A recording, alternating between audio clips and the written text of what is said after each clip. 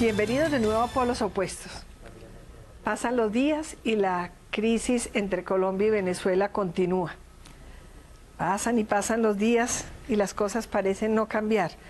Para analizar el tema hemos invitado a dos grandes analistas, al doctor Héctor Riveros, que es politólogo y director del Instituto de Pensamiento Liberal, y a Francisco Mejía, que es ingeniero, agrónomo, una cantidad de títulos, pero básicamente usted lo que es un uribista pura sangre, ¿no? Esto va a ser polos opuestos, yo creo que totales. Hoy todo parece indicar, y se supo a través de la canciller de Venezuela, que UNASUR cita a una cumbre de presidentes el lunes. ¿Cómo les parece esa iniciativa y el vocero para transmitir la invitación? Héctor. Pues bueno, Noemí, primero buenas noches y gracias por la invitación. Pues a mí, francamente, me parece, por supuesto, una mala noticia el escenario, la manera como se presenta, etcétera. Yo diría que es una nueva derrota diplomática de Colombia, que ha venido sumando derrotas y las va a seguir sumando, porque la verdad es que digamos, el conjunto de países latinoamericanos está mayoritariamente con Venezuela. Por muy diversas razones, no los mueven las mismas razones, pero yo diría y destacaría una que me parece que es un común denominador, y es que a los países no les gusta controlar a los otros gobernantes, porque se quedan siempre pensando, ¿y qué tal que me pase a mí? Hoy el es no contra Maduro. inmiscuirse en asuntos internos. No inmiscuirse en asuntos internos es una manera de ampararse todos, porque es decir, bueno, si algún día yo tengo un problema con mi vecino, ¿qué tal que se me arme un escenario internacional para cuestionarme o para impedir que actúe de una determinada manera? Entonces, los países no suelen, digamos, fácilmente aceptar un escenario internacional que pueda terminar en sanciones. Bueno, depende de la diplomacia, conjuntas. Héctor. Recuerde cuando el tema de Fujimori, cómo los países latinoamericanos, claro, la geopolítica en ese momento era distinta, todos nos pusimos de acuerdo para denunciar los horrores y los atropellos de los derechos humanos. Pero tarde, ¿no? Tarde, habían pasado años. No, perdóneme. Habían pasado años desde el comienzo de la dictadura, desde la dictadura fujimorista, que además aquí era admirada. Yo conozco a varios políticos, que no voy a mencionar su nombre, que decían, yo quiero ser el Fujimori de Colombia. Usted los acompañaba. Pero yo quiero ser el Fujimori de Colombia. Sí. Y pues bueno... Están gobernando a Colombia, precisamente. Sí, pues yo quiero ser el Fujimori de Colombia, es que esa dictadura generaba admiración, porque ese es otro problema. Por la derrota que tuvo de Sendero Luminoso, pero mira, del terrorismo. Ese es otro problema el latinoamericano complejo, y es que en Latinoamérica no valoramos la democracia. Los ciudadanos en general preferimos la eficiencia, digamos, del Estado que la democracia. Bueno, lo que pasa es que yo creo y por eso, Héctor, queríamos que Fujimori era buen gobernante. Por eso hay gente que cree, por ejemplo, que Rafael Correa es maravilla. Yo he oído comentarios de gente diciendo, no, es que mire, allá hacen unas carreteras increíbles en el Ecuador, ojalá tuviéramos un gobierno como el ecuatoriano. Bueno, en el Ecuador sancionan a los periodistas, meten presos a los opositores, tal, pero eso a la gente no le importa. ¿A usted le parece muy madura la democracia nuestra? Pues a mí la democracia nuestra, con todas sus imperfecciones, me gusta mucho por varias razones. La primera y más importante, que es realmente el valor, digamos, nodal de una democracia, es la separación de poderes. Yo sí creo en la separación de poderes en Colombia. Yo sí creo que los jueces, por ejemplo, controlan al Ejecutivo en forma muy independiente. Eso no quiere decir que no haya presiones, que no haya interferencias. Es natural, digamos, que el que tenga un poco de poder quiera interferir en la decisión de otro.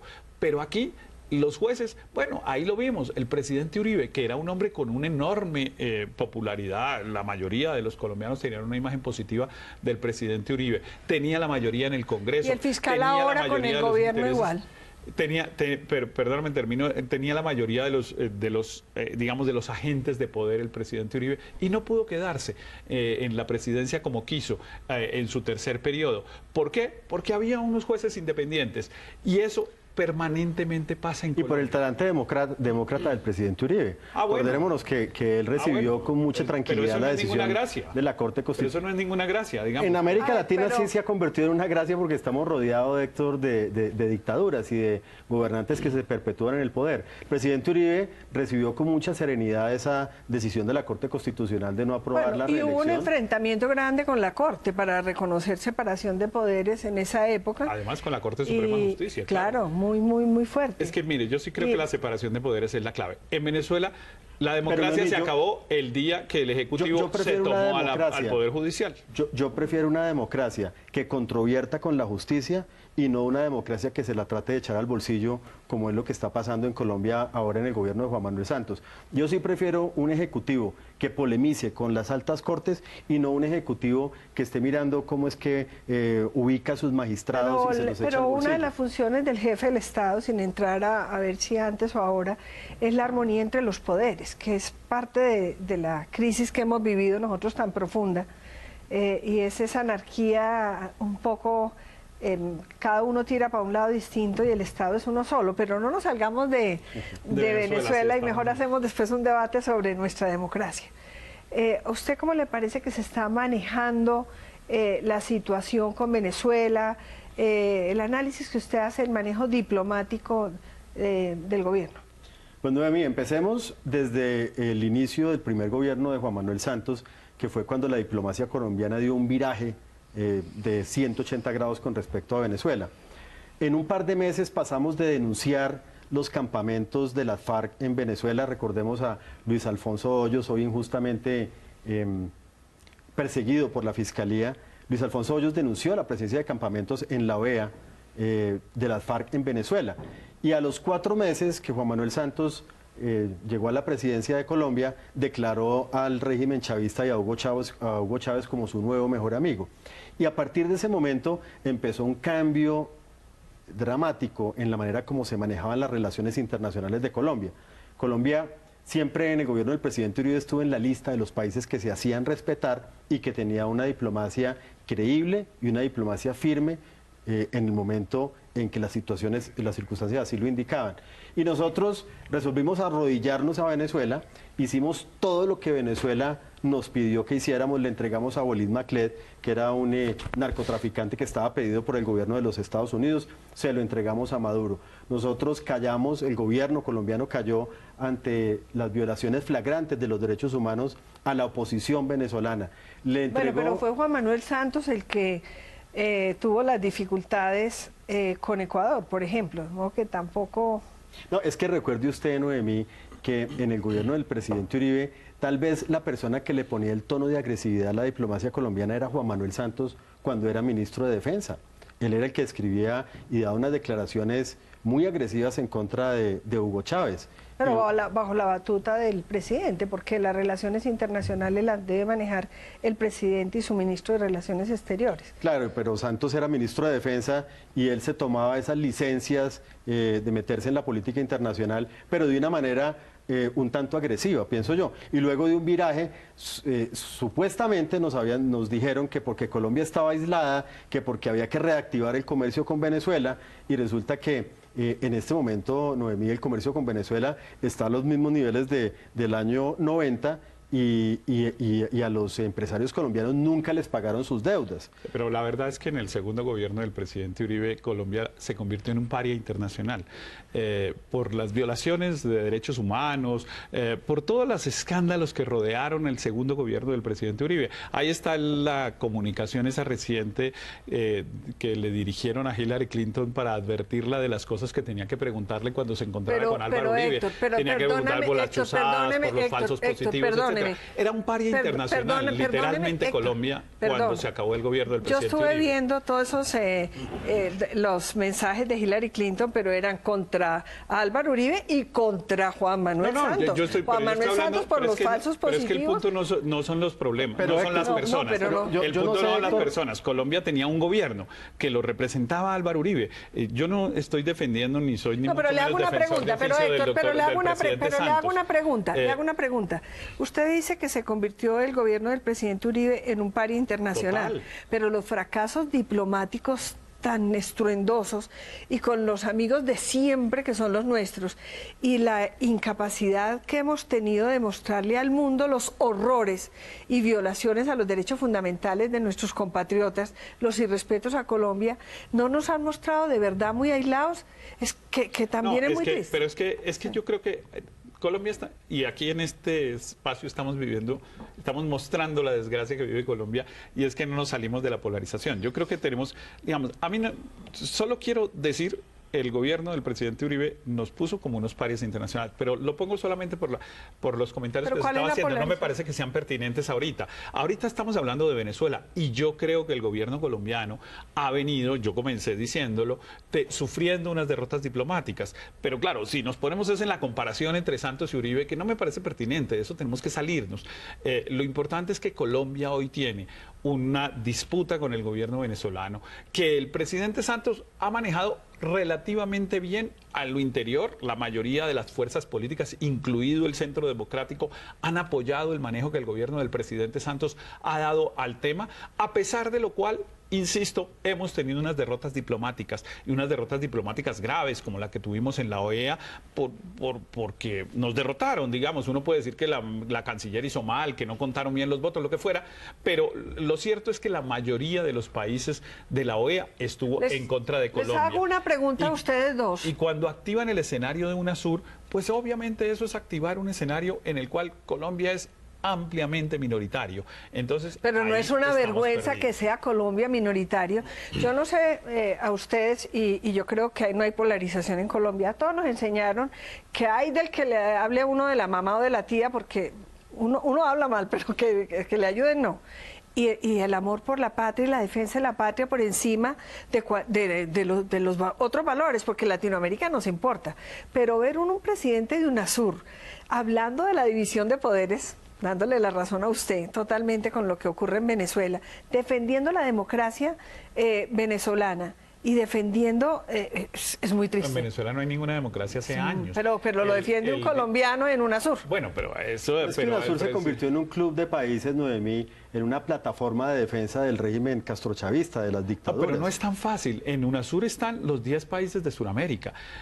No es el ALBA, que es un grupito, pero mire, que es un grupito manejado por Venezuela. Noemí, que fue Venezuela quien citó y convocó la reunión de UNASUR. Claro. Imagínese, si es Venezuela ya quien está citando la reunión de UNASUR, pues eso le da un indicio a uno de quién, de cuál es la corriente política dominante. Pero mire, en UNASUR están todos los países. Que de verdad es inútil. En UNASUR están todos los países de Sudamérica, todos. Está Chile, para mencionar los sensatos, digamos, Chile, Uruguay. Bueno, Brasil, es una diplomacia maravillosa, Uruguay, está Brasil, está Argentina, está todos los países de América del Sur, todos los 10 u 11 países de América del Sur forman parte de UNASUR.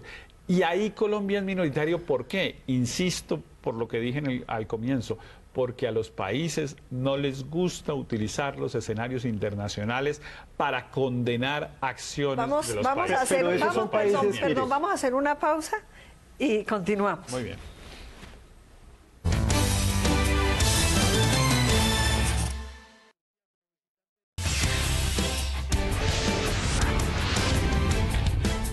Les hago una pregunta.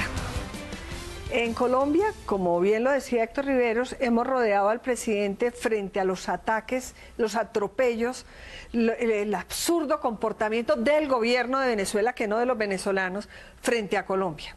Y ahí estamos todos.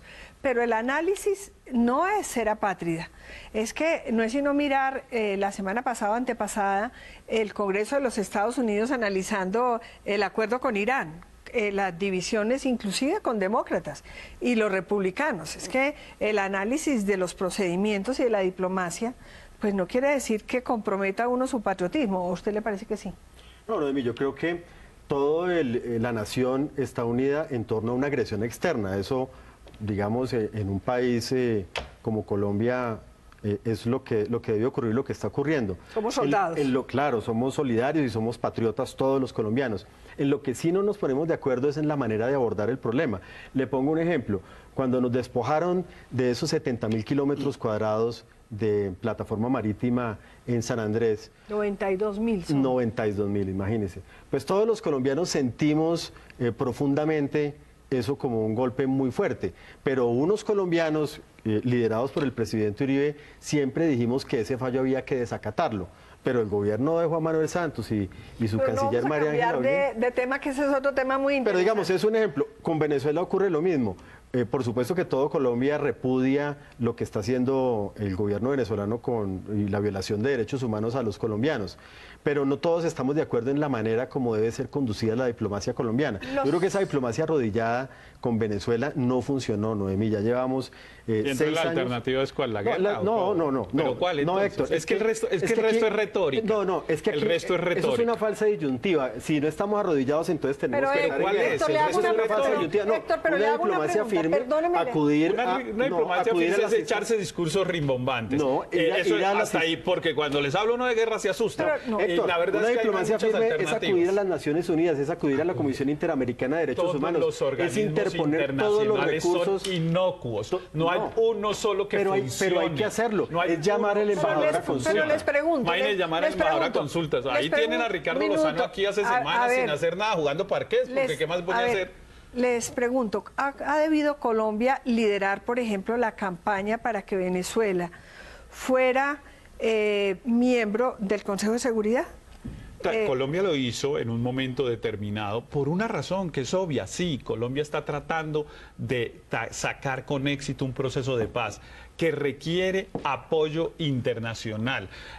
Terminar el conflicto armado colombiano requiere de apoyo internacional. Y el gobierno colombiano evidentemente apoyó la presencia de Venezuela en el Consejo de Seguridad, imagino yo, por una razón, porque es que el Consejo de Seguridad es el único verdadero jefe de la Corte Penal Internacional.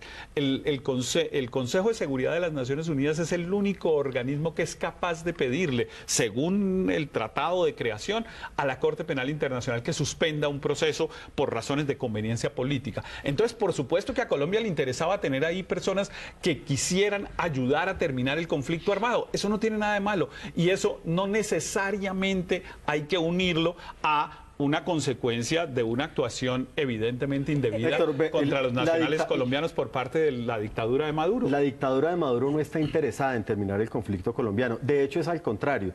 Yo creo, Noemí, que en Colombia no habrá paz hasta que ese despotismo y esa dictadura no le dé paso a una democracia decente que coopere con Colombia en la seguridad fronteriza. En ese momento habrá paz en Colombia. Así que yo creo que el presidente Santos está hipotecado ese proceso de paz, está condicionando las relaciones internacionales y eso nos pone en una situación de debilidad que Maduro ha identificado y está aprovechando. Francisco, yo recuerdo todos los procesos de paz, todos los que hemos vivido, que son varios, y todos han contado con el apoyo internacional. Y todos los procesos de paz cuentan con el apoyo internacional. Eso, de verdad... No necesariamente. Todos, no, ha cambiado, sin excepción. Ha cambiado. Sin excepción, ha todos. cambiado. Me acuerdo cuando Belisario Betancourt perfectamente, de los que me acuerdo... se acuerda, ninguno tenía Corte Penal Internacional vigente. Ninguno. No, ninguno. Ahora... El primer conflicto armado interno del mundo. No, pues como no me voy a acordar si yo fui la canciller que presenté el protocolo de Ginebra. El primer conflicto armado del mundo que se va a tratar de resolver estando vigente la Corte Penal Internacional es este. Bueno, yo sí creo... Todos los anteriores lo hicimos sin eso, si no, no los hubiéramos podido hacer. El M-19 no podría estar indultado si hubiera habido Corte Penal Internacional, así de simple. Siempre hemos contado y todos los procesos de paz internacionales contarán con el apoyo de la comunidad internacional porque el mundo busca la paz. Yo creo lo mismo. Y se defiende esa posibilidad. Pero, por ejemplo, el tema del comercio. El tema del comercio está en los niveles de los años 90, es decir, y difícilmente se le pagó a la gente. Otro tema que me parece que ha sido inocuo totalmente es lo de Leopoldo. Si uno lee la prensa internacional, toda afirma que la sepultura del régimen de Maduro, porque fue una frase muy afortunada, a mi juicio, la del presidente Santos, cuando dijo que Maduro estaba autodestruyendo la revolución bolivariana. Pero ya el tema de lo que ocurrió con Leopoldo López ha exacerbado las conciencias del mundo, es decir, toda la preocupación la muestra la Unión Europea, la muestra Naciones Unidas y la muestran casi todos los gobiernos. ¿Cuál es el resultado?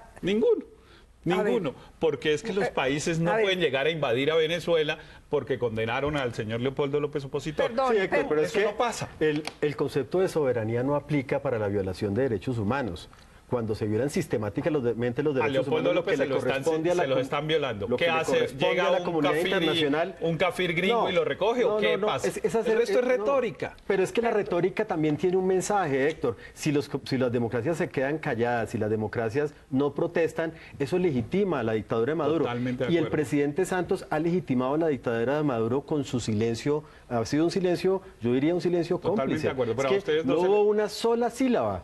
A ustedes no se les puede olvidar una cosa, que los primeros que legitimaron la dictadura chavista y de Maduro fueron los venezolanos. Ganó 14 elecciones, 14. Como Hitler. 14. Hitler ganó bueno, todas pero las las ganaba. Sí, pero las últimas se las han robado. La última se la robaron, estoy de acuerdo. La última y el la gobierno robaron. colombiano Pero la mientras reconoció tanto, como ganó legítima. A ver, 14. Héctor, pero ¿cómo va a decir usted que no sirve para absolutamente nada las opiniones del mundo sobre lo de Para Leopoldo? nada. Perdóname que yo le voy a decir algo.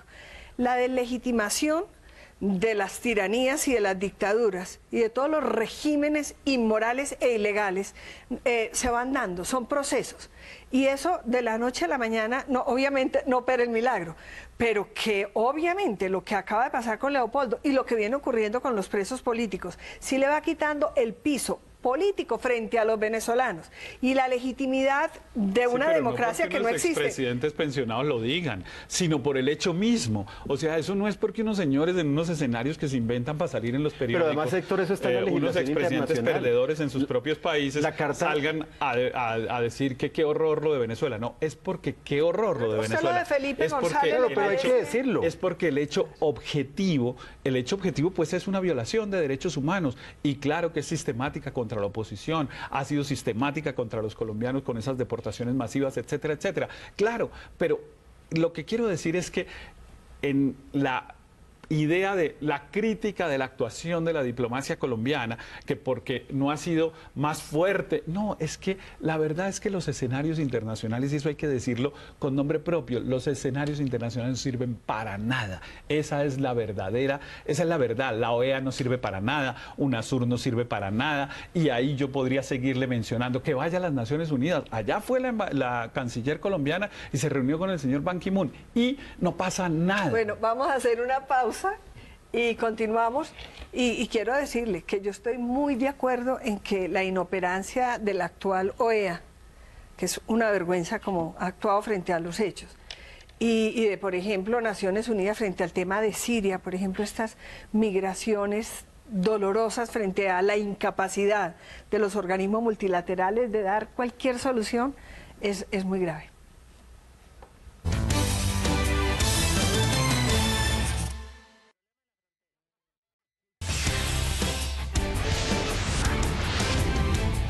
Ayuda. Estamos hablando de un tema bien complejo.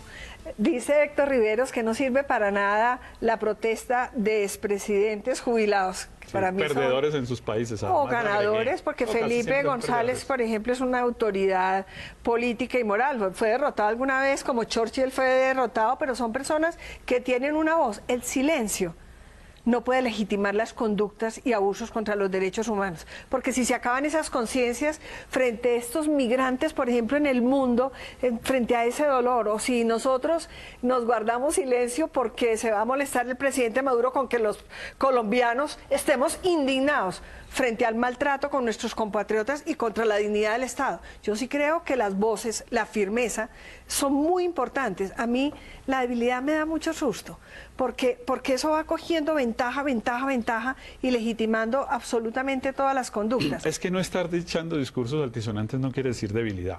Ahí es donde está la diferencia que tenemos en esta discusión. No, pero yo no he analizado la firmeza parece ser sinónimo de echarse discursos, salir bravito, como hacía el presidente Uribe. Ay, cómo soy de bravo, vamos a... No, eso no sirve para nada. El único resultado, y yo creo que en Colombia además tenemos el mejor ejemplo para devolvernos a la comparación en la que comenzamos, yo creo que en Colombia tenemos el mejor ejemplo de las dos maneras de tratar las cosas.